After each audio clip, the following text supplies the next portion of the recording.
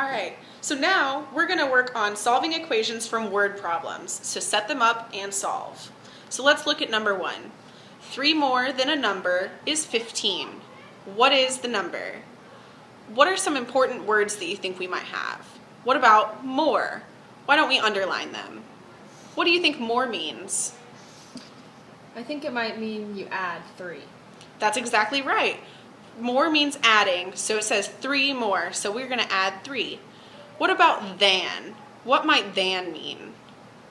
Well, it's comparing it to this number. Yeah, that's right. So when we see than, we're going to flip the numbers in their order. What about is? It's telling you that 3 more than this number is 15, so it probably means equal. Yeah, that's exactly right. That's the equal sign. So we need to set up this problem. So it says 3 more than a number. So we need to write in plus 3 because it said more than. So we need to switch the order. We can't just go 3 plus in because it's in plus 3.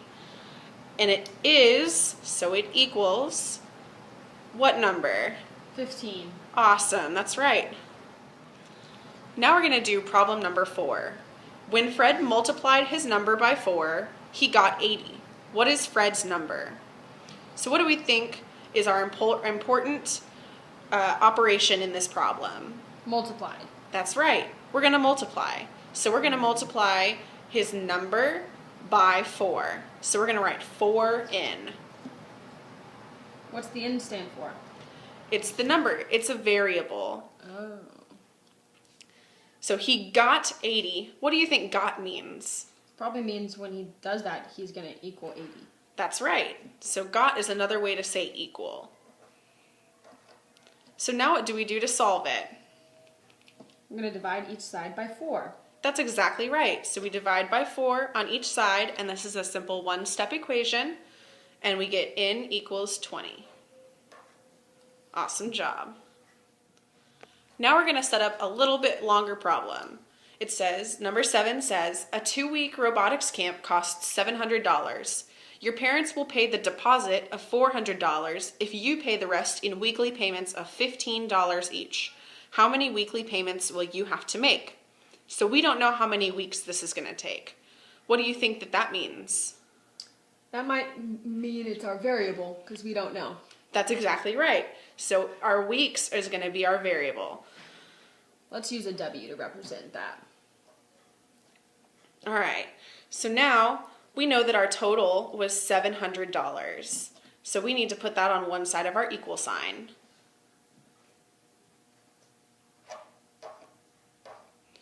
All right. Now your parents made a deposit, which is a one-time payment of $400. So they're going to pay $400 one time.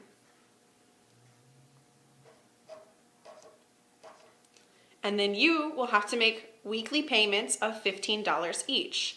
So we need to put 15 times W and add it to 400. Awesome job. You set up the equation. Now we're going to set up and solve one more problem. It says, number 9 says, you and a friend went to lunch and spent $19. Your meal was $3 more than your friend's. How much was your friend's lunch? So altogether, we spent $19. So your friend's meal is the unknown number. So what do you think that's going to be? I don't know, that's probably going to be the variable. That's right. So we can represent that by n. So you have your friend's lunch is n, and then your meal was 3 more than your friend's. So what did we say more meant earlier? Means you add. That's right. So we need to add your friend's meal again, so we need to add another n plus 3. Because it said it was 3 more than your friend's. And now we do our equal sign. And what was our total? 19. Awesome job. So now we're in a kind of a sticky situation where we have 2 n's. Well, we can consolidate those and rewrite it as 2n.